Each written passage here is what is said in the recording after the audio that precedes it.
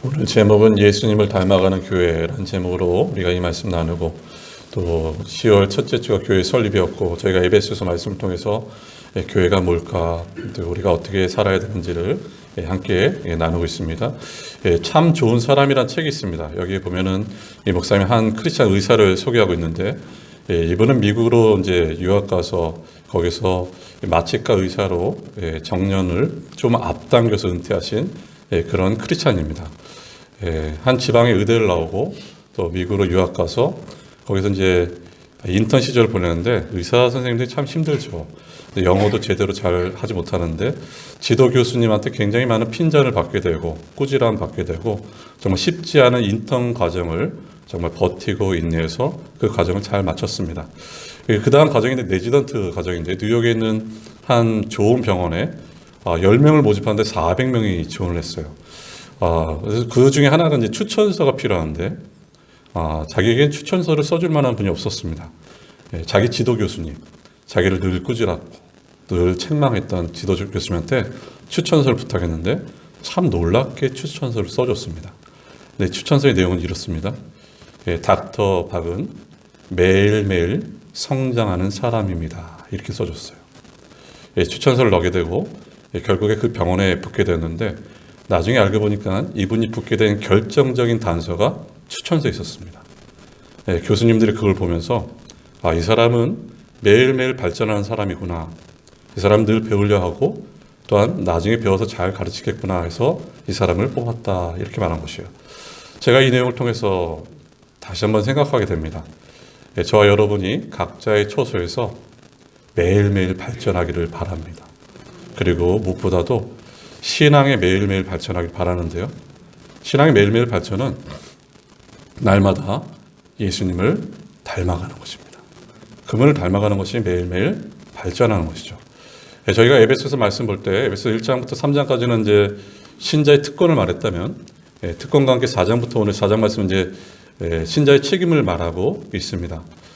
교회는 성령 안에서 이미 하나 되었습니다.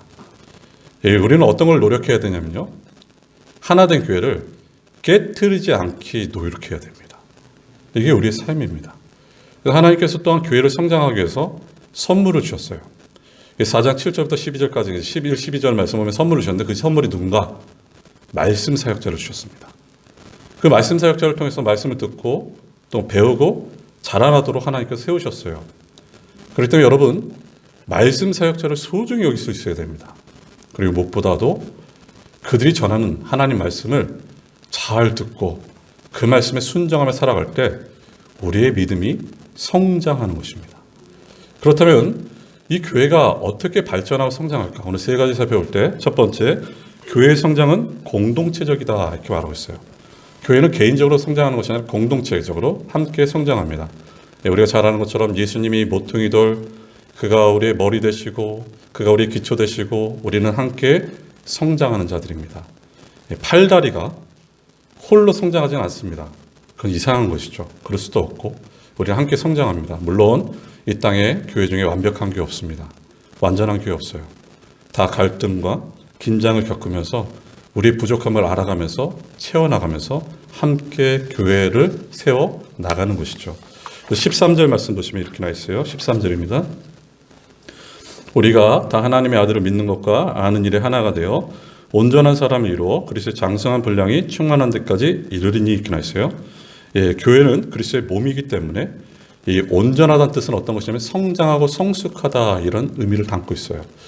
한자로는 이 온이라는 뜻이 평안하다, 안전하다는 온과, 또 전이라는 뜻은, 전이라는 것은 이제 흠이 없다, 갖추어졌다는 전. 그래서 온전하다, 이 말은 이런 의미죠. 본바탕이 고스란히 있다, 이것이에요. 하나님께서 창조하신 본바탕이 그대로 있는 사람이란 뜻입니다. 사실 우리는 죄로 인해 망가졌고 또한 부패하게 된 것이에요. 바로 회복이라는 것은 어떤 것인가? 바로 이 부패에서 다시 새 사람이 되어서 성장하고 성숙하는 것이 회복임을 보게 됩니다. 온전해지는 것이에요. 그래서 골로새서 1장 28절에 이렇게 말하고 있죠. 우리가 그를 전파하여 각 사람을 권하고 모든 지혜로 각 사람을 가르치면 각 사람을 그리스도 안에서 완전한 자로 세우려 함이니, 이렇게 나와 있어요. 여기 보면은 28절의 완전한 자도 이 뜻이 온전하다는 뜻입니다. 우리가 복음서에 보면은 제자란 말을 많이 쓰고 서신서에는 온전하다는 뜻을 많이 씁니다. 제자는 성장하고 성숙하다는 의미를 갖고 있는데 바로 이 온전하다는 뜻은 성장하고 성숙하다는 뜻입니다. 그러면 어떻게 우리가 온전해지고 성숙해질 수 있을까? 바로 4장 13절의 말씀처럼 그리스도를 하나님의 아들을 믿는 것과 아는 일에 하나가 될 때 우리의 믿음이 자라나게 됨을 알 수 있는 것입니다. 하나님의 아들을 믿는 것. 마태복음 16장 16절의 말씀처럼 주는 그리스도시요 살아계신 하나님의 아들입니다. 이 베드로의 고백처럼 우리가 믿는 하나님은 주님은 어떤 분이신가? 우리 예수님은 우리를 구원하시는 예수님이시고 또한 그는 살아계신 하나님의 아들입니다. 우리가 믿는 예수님은 그는 신성으로서는 하나님이시며 그리고 더 나아가서 우리가 뭘 알아야 되는가? 예수님을 더욱더 알아가야 됩니다. 인격적으로 알아가는 것이요. 바로 믿음으로 그분을 알아가고 하나 되며 성장하는 것을 하나님께서 꿈꾸시는 교회임을 성경은 말하고 있는 것입니다. 그래서 16절 말씀이 이렇게 나와 있어요. 그에게서 온몸이 각 마디를 통하여 도움을 받음으로 연결되고 결합되어 각 지체의 분량대로 역사하여 그 몸을 자라게 하며 사랑 안에서 스스로 세우느니라. 여기서 말한 그는 예수님을 가리키고요. 예수님을 믿고 알면서 받은 은혜를 가지고 온몸이 서로 도움을 받고 연결되고 결합된다 이렇게 말하고 있어요. 그리고 여기서 분량대로란 말은 재능대로 은사대로라는 뜻이에요. 그러니까 하나님께서 우리에게 은사와 재능을 주신 목적도 나를 부각시키고 나를 나타내고자 하는 것이 아니라 우리에게 주신 은사 또한 재능, 이 분량은 공동체를 세우고 또 협력하고 도와주고 보호해주는 이게 함께 가는 것이 바로 교회입니다. 공동체는 함께 세워져 가는 것이에요. 주중에 이제 이 말씀 준비하면서 사도행전 말씀을 또 다시 묵상하는데 여러분 사도행전 5장에는 아나리아 삽비라가 나옵니다. 근데 이 아나리아 삽비라가 헌금을 속여서 결국 하나님 벌을 받고 죽게 됩니다. 근데 왜 아나리아 삽비라가 이 헌금을 속였을까? 우리가 그 성경을 그 앞서 4장에 어떤 일이 있었냐면 바나바가 나와요. 이 바나바는 성경에는 착한 사람이고 성령이 충만한 사람인데 이 바나바가 자신의 재산을 팔아서 가난한 사람들에게 나눠줍니다. 여러분 그 모습을 본 교회 성도들이 어떻게 생각했을까요? 바나바를 칭송하고 바나바의 넉넉함을 참 칭찬했었겠죠. 저 바나바 참 관대하다. 이런 칭찬이 막 퍼져나갈 때 그것을 못마땅하게 여기는 자들이 있었어요. 그게 바로 아나리아와 삽비라였습니다. 이 부부들이 경쟁의식과 비교의식과 시기질투의식으로 이 바나바의 그 모습을 좋아하지 않았죠. 세상적으로 볼 때는 이 아나리아가 바나바에 밀리지 않습니다. 아니 밀리고 싶지 않았겠죠. 근데 삽비라가 계속 충우해요. 당신이 바나바보다 못할 게 뭐 있어? 당신이 바나바보다 뛰어나. 당신이 이대로 있다면 나중에 직분자 선거 되지 않을 수도 있어. 그래서 당신은 점점 영향력을 떨어지게 될 거야. 이 소식을 듣고 알게 되고 이제 아나니가 어떻게 행동했겠습니까? 밭을 팔되 다 팔아서 헌금하기는 너무너무 아까우니까 다 팔았다고 조금만 팔아서 속인 것이에요. 이들이 거짓말을 했습니다, 여러분. 근데 제가 예전에 이 말씀 보면서 아니 거짓말한 것은 분명히 잘못된 것인데 거짓말했다고 해서 하나님이 아나리아 삽비라를 왜 죽이셨을까? 그토록 그들이 큰 죄를 졌을까? 여러분 거짓말도 큰 죄지만 이들의 문제는 뭐냐면 비교회화를 만드는 것이 문제였어요. 이들이 자신의 경쟁의식, 비교의식, 다른 사람을 무너뜨리고 다른 사람을 밟고 시기와 질투로 교회를 해치는 이 모든 것이 교회의 근간을 무너뜨리기 때문에 그것을 지적한 것입니다. 다른 어떤 것이 아니라 바로 이들의 비교의식이었어요. 경쟁의식. 여러분 교회는 그런 곳이 아닙니다. 베드로가 아나리아를 보면서 이렇게 말했죠. 사단이 내 안에 가득하도다 이렇게 말했어요. 우리 안에 때로는 비교의식과 경쟁의식과 교회를 해치고자 하는 마음들, 시기하고 질투하는 마음이 있다면 여러분 사단의 어두운 그림자가 우리에게 짙어져 있다는 것을 기억하셔야 돼요. 우린 누군가? 우리는 성령의 전입니다. 우리는 그리스도의 종입니다. 우리는 성령의 종이지 그리스도의 종이지 사단의 종이 아닙니다, 여러분. 사단은 교회를 깨트리고 분열시키고 회파하는 것이 사단의 일이에요. 여러분, 우리가 어떻게 사셔야겠습니까? 우리는 어떻게든 교회가 하나 되도록 힘써야 돼요. 교회가 뭐겠습니까? 우리가 잘 말씀드린 것처럼, 잘 아시는 것처럼 교회는 가족입니다. 교회는 권속입니다. 교회는 성령 안에서 하나 된 지체들이에요. 이 아나리아 사피라와 대조된 인물이 누군가? 브리스길라와 아굴라입니다. 이들은 모든 사람들과 협력했어요. 이들을 보면 마치 성령 하나님이 생각나요. 성령님께서는 늘 예수님을 높이신 것처럼 이들은 늘 다른 사람들을 높입니다. 이들이 사역했던 바울을 보세요. 이들이 바울을 잘 섬겼어요. 에베소 교회에서 말씀 전하는 아볼로를 잘 섬겼습니다. 사역자들의 형편과 필요를 적절하게 도와주면서 사역자에게 힘을 줬던 자들이 누군가? 브리스길라와 아굴라였어요. 이들이 앞에 나서지는 않았습니다.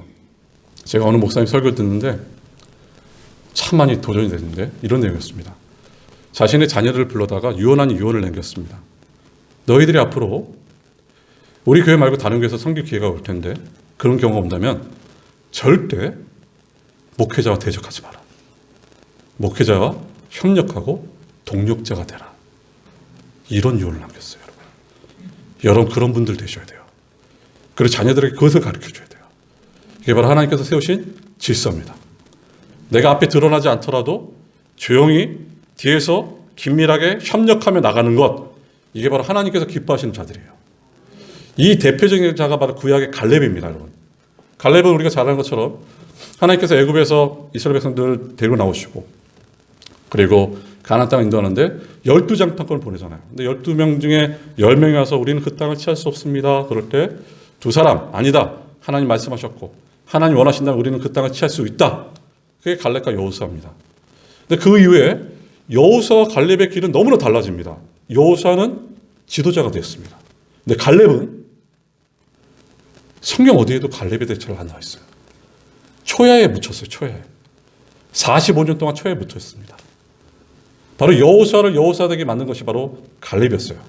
세상적으로 보면 경쟁 구도에 있을 수 있는데 그는 겸손한 행보로 그를 섬기는 것을 우리가 볼 수 있습니다. 근데 45년 만에 성경에 그가 등장해요.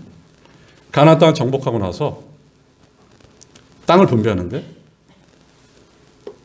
가나안 땅을 정복하는 그 과정 가운데 땅을 분배하는데 어떤 일이 있습니까? 아낙 자손이 있는 헤브론 산지가 있었어요. 누구도 그 땅을 취하기 쉽지 않았을 때 갈렙이 이렇게 말합니다. 이 산지를 내게 주소서.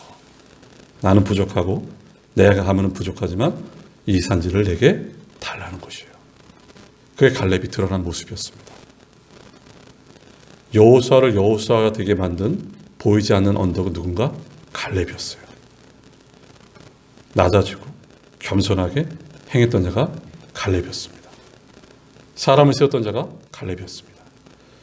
이런 자들이 많은 교회는 반드시 건강하게 부흥합니다. 이런 공동체가 되셔야 돼요. 이렇게 함께 세워져가는 공동체가 되셔야 돼요. 여러분 지금부터라도 경쟁의식, 비교의식, 남을 밟아가면서 내가 높아지겠다는 그 모든 것, 세상의 가치관을 버리십시오. 하나님 방식으로 걸어나가셔야 돼요. 그런 교회를 하나님께서 기뻐하십니다. 두 번째, 어떤 교회가 건강하고 발전한 교회일까? 예수님을 닮는 교회입니다. 교회의 목표는 하나입니다. 우선은 예수님을 닮아가는 교회입니다. 주님을 닮아가셔야 돼요. 그 내용 다시 한번 13절 말씀 보실까요? 이렇게 나와 있어요. 우리가 다 하나님의 아들을 믿는 것과 아는 일에 하나가 되어 온전한 사람을 이루어 그리스도의 장성한 분량이 충만한 데까지 이르리니 이렇게 나와 있어요. 하나님의 아들을 믿고 알게 되면요. 나타나는 현상이 우리 주님을 막 닮고 싶습니다. 근데 왜 주님을 닮고 싶은 마음이 없을까? 그것은 예수님을 믿지 않기 때문이에요. 근데 믿어도 닮고 싶지 않은 마음은 예수님과 교제가 없기 때문이에요.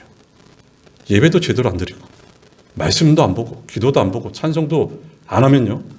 우리 신앙은 빈약해집니다. 아무리 많은 사람들이 있을지라도 예수님을 닮은 사람이 적고 없다면 그런 교회 공동체는 성장하는 공동체가 아닙니다. 진짜 성장하는 교회가 아니에요. 진정하게 성장하지 않고 몸집만 크면 마치 스모 선수와 같습니다. 이 일본의 스모 선수들 있잖아요. 이들이 몸집이 엄청 큽니다. 이들이 평균 수명이 58세예요. 그러니까 몸집이 크다고 해서 건강한 것이 아니에요. 정말 건강한 교회는 어떤 교회인가? 예수님을 닮으며 성장하며 성숙하는 교회가 건강한 교회예요. 그래서 그분을 진정으로 닮아야 됩니다. 예수님을 오래 믿었지만 예수님을 닮지 않은 성도, 그분은 진정으로 성장하고 성숙한 성도가 아닙니다, 여러분. 우리의 목표는 예수님을 닮아서 성장하고 성숙하셔야 돼요. 계속해서 발전해 나가셔야 돼요. 그래서 예수님을 닮기 위해서는 우리가 어떤 것을 버려야 되고 또한 추구해야 될까? 바로 어린아이 같이 되지면 안 됩니다. 14절 말씀 보세요. 이렇게 나와 있습니다.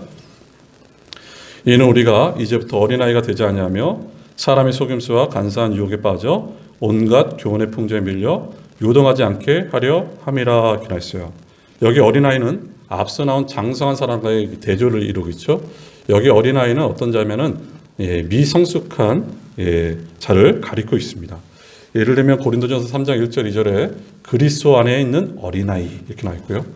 히브리서 5장 12절 13절의 말씀 보면은 말씀의 초보도 알지 못하고 단단한 음식을 먹지 못하고 젖만 먹는 사람, 이게 바로 성숙지 못한 사람을 말하고 있어요.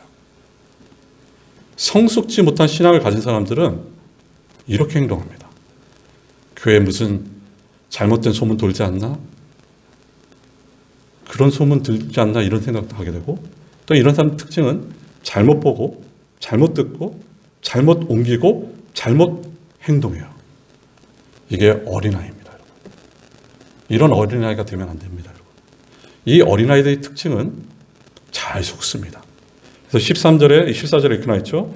사람의 속임수와 이렇게 나와 있어요. 이게 사람의 속임수란 주사위에서 유래되었고 도박꾼의 속임수를 말하고 있고, 그 다음에 이렇게 나와 있습니다. 간사한 유혹에 빠져 온갖 교훈의 풍조에 밀려 요동하지 않게 하려 함이라. 이 말은 이런 뜻이죠. 간사한 유혹에 빠져란 말은 간교하게 속이려는 그릇된 음모로 온갖 거짓 교훈의 앞과 뒤가 흔들리고 좌로 뒤로 흔들리는 것이 바로 어린아이들이에요.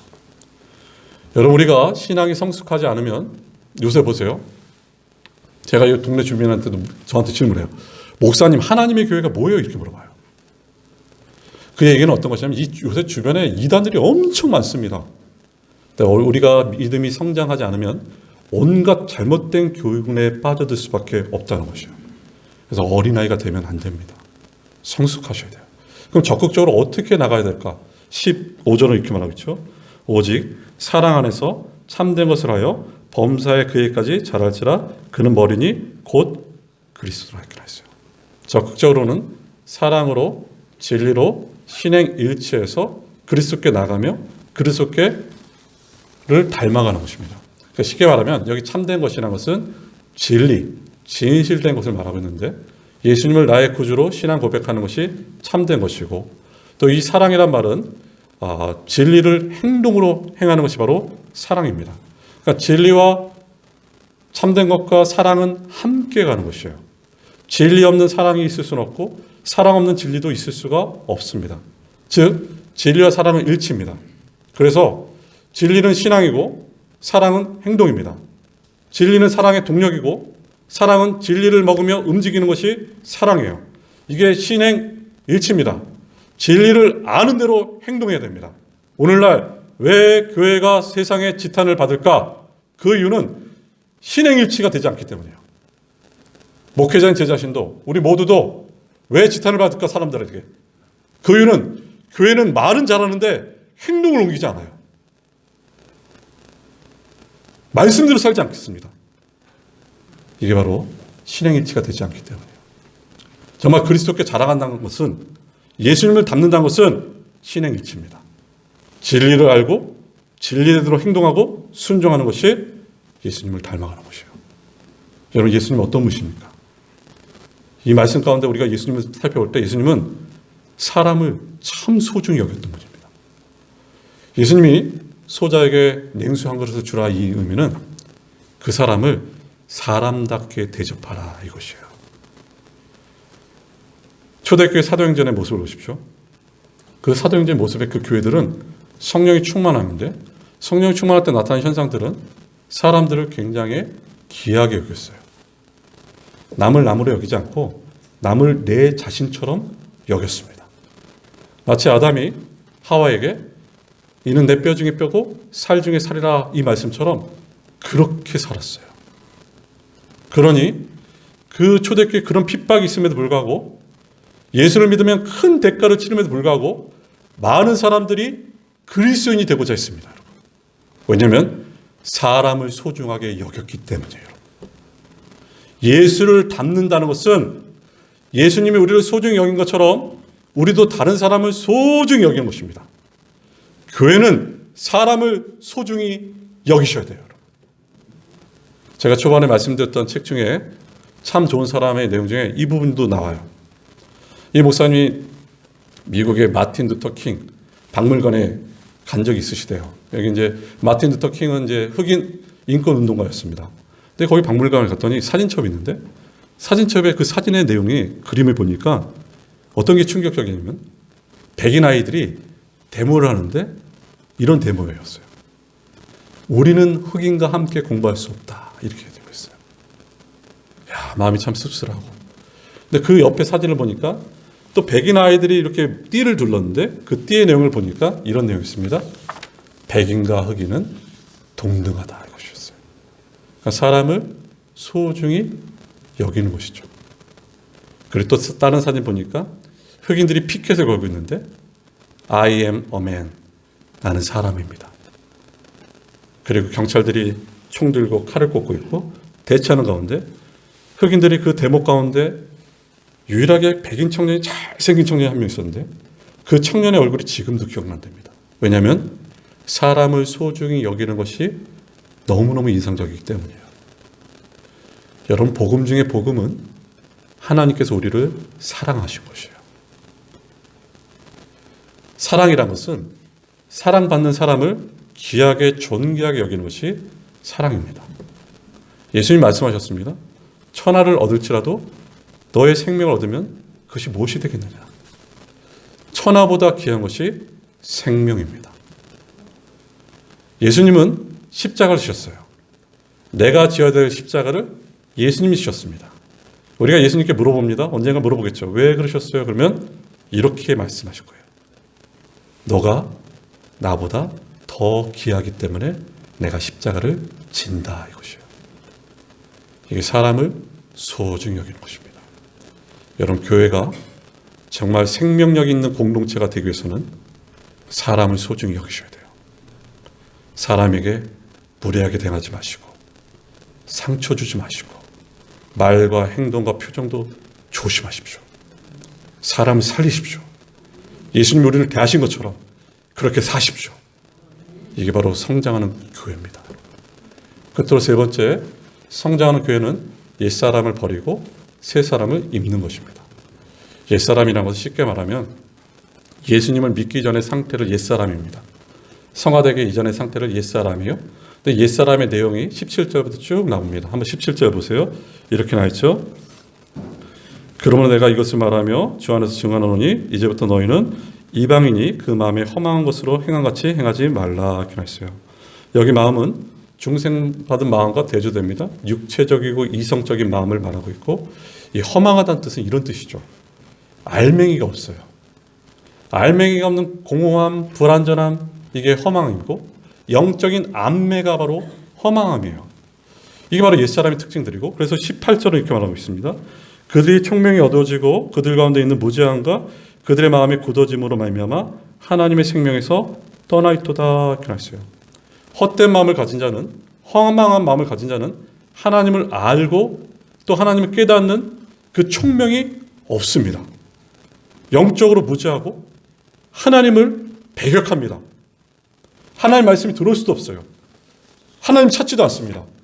로마서 2장 28절의 말씀처럼 하나님을 마음에 두기 싫어하는 것이 바로 옛사람의 특징이다. 이렇게 말하고 있어요. 또 이들의 특징은 옛사람은 어떤 건가? 19절 이렇게 말하고 있죠. 그들이 감각 없는 자가 되어 자신을 방임하여 모든 더러운 것을 욕심으로 행하다 이렇게 말했어요. 여기 방탕과 모든 더러운 것이라는 것은 육체주의적 향락과 쾌락성을 의미하는데요. 그런 타락의 욕망과 빠져도 정식적 도덕적으로 아무런 감각이 없습니다. 여러분. 살아있으나 죽은 자예요. 그러니까 옛사람의 특징은 이것이에요. 허망하고 또한 총명이 없고 영적으로 무지하고 마음이 굳어져 있고 하나님을 배격하고 이게 바로 옛사람입니다. 그래서 이 옛사람을 벗어버리라는 것이에요. 그 내용이 바로 4장 22절 말씀 보세요. 너희는 유혹의 욕심을 따라 썩어져가는 구습을 따르는 옛사람을 벗어버리고 이렇게 했어요.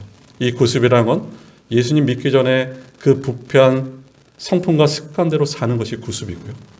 이 썩어져간다는 얘기는 파괴하다, 타락하다, 썩는다라는 의미를 갖고 있어요. 그러니까 썩어져가는 구습을 가지고 산다는 얘기는 어떤 의미냐면 우리의 인격이 파괴되고 타락한 채 그대로 부패한 습관대로 살아가는 것이 썩어져가는 구습입니다. 이것을 벗어버리라는 것이에요. 여러분, 우리는 새 사람입니다. 예수님을 믿는 사람 새 사람이에요. 그럼에도 불구하고 여전히 우리 안에는 옛사람, 육체의 욕심, 썩어가는 구습, 또 우리를 타락하고 우리를 파괴시키려는 마귀의 유혹이 있어요. 근데 성경 분명히 말하고 있습니다. 옛사람을 벗어버리라 이렇게 말하고 있어요. 오물이 덮여진 옷은 벗어야 돼요. 더럽혀진 옷, 옛사람의 옷을 벗어버리라 이것이에요. 날마다 매일매일 멀리 던져버리라 이것이에요. 그러기 위해서 말씀과 기도로 가까이 하셔야 돼요. 그리고 새 사람을 입으라 이것이에요. 그 내용이 23절에 한번 보실까요? 오직 너희의 심령이 새롭게 되어, 여기 심령으로 새롭게 되면 마음의 영이 새롭게 된다는 것이죠. 타락한 마음, 부패한 마음, 이 마음이 사라지고 하나님 영이, 성령이 충만케 되는 마음이, 오직 마음이 새롭게 되는 것이에요. 하나님께서 초월적으로 일하신 것이에요. 거듭났다는 것이죠. 24절에 이렇게 말하고 있습니다. 하나님을 따라 의와 진리의 거룩함으로 지으심을 받은 새 사람을 입으라 이렇게 했어요. 예수님을 믿는 사람이 바로 새 사람입니다. 새 사람은 우리의 도덕적 결단과 노력의 결과가 아니라 하나님의 새 창조의 산물입니다. 그래서 그리스도인은 첫 인간 아담이 상실한 하나님의 형상을 회복한 참 인간이에요. 다른 사람이 우리를 어떻게 대하든지, 우리가 우리를 어떻게 생각하든지 하나님 우리를 새롭게 창조하셨어요. 그리고 하나님 우리를 새 사람답게 우리를 여기십니다. 여러분. 이게 은혜죠. 우리의 어떤 노력이 아니라, 우리의 공로가 아니라, 우리의 행위가 아니라 오늘 찬양처럼 하나님의 은혜로 우리가 새 사람을 입게 되었습니다. 여러분. 그렇다면 새 사람답게 사셔야 돼요. 하나님의 형상을 이룬 의와 거룩하신 그 하나님을 닮아가는 자가 되셔야 됩니다. 여러분.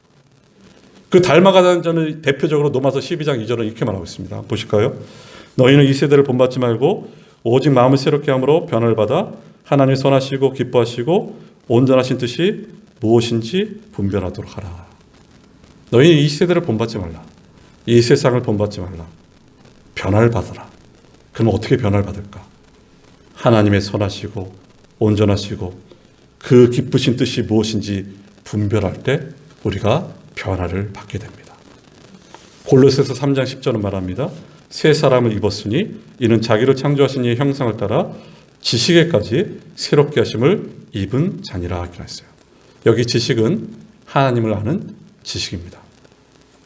하나님은 우리에게 뭘 원하실까요? 우리의 마음이 세상의 가치관이 아니라 하나님이 선하시고 온전하시고 기쁘신 뜻으로 채워지길 원하시고, 우리의 마음이 세상의 가치관이 아니라 하나님 나라의 가치관으로 살기를 원하셔요. 이게 바로 새 사람입니다. 그리고 이것이 그리스도를 닮아가는 것이고, 그리고 교회가 성장해 나감을 보게 됩니다. 여러분, 예수님을 닮아가는 사람은 반드시 바뀌게 되어 있습니다. 예수님을 만난 사람은 반드시 바뀌게 되어 있어요. 예수님을 믿으면 그냥 예배당만 죽어라 다니는 것이 아니라 진짜로 예수님을 만나면 바뀝니다. 여러분. 변화됩니다. 어느 목사님이 이렇게 말씀하셨어요. 책에서 보니까 자기가 목회하면서 가장 보람된 일 중에 하나가 이것이었대요. 한 집사님이 자기를 찾아오더니 목사님, 사람 정말 안 변합니다. 정말 안 변해요. 그런데 놀랍게 제 주위의 사람들이 변하고 내가 변했습니다. 이게 목회자의 보람입니다. 여러분 예수님을 만나고 예수님을 제대로 믿으면 변할 수밖에 없어요. 여러분 날마다 변화되시길 바랍니다. 주님을 닮아가시고 변화되셔야 돼요. 우리 세 사람입니다. 이 세 사람은 말씀과 함께한 사람이에요. 이 말씀이 우리 영혼을 변화시킵니다. 이 진리가 우리의 영혼을 변화시켜요. 여러분.